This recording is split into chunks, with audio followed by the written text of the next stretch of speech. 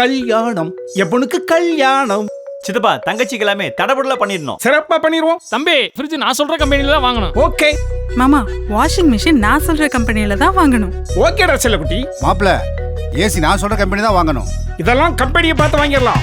ஆனா கல்யாண சீர்வரிசை என்ன யோசனை? சீர்வரிசைனாலே பிரியம் கல்யாண சீர்வரிசை தானே. நம்ம வீட்டு கல்யாணத்துல அப்பவும் இப்பவும் இனி எப்பவும் பிரியம் கல்யாண சீர்வரிசை தான். அதனாலதான் நான் பிரியம் கல்யாண சீர்வரிசை வாங்கிட்டேன். தரம், கைராசி, நம்பிக்கை, 30 வருட பாரம்பரியம்.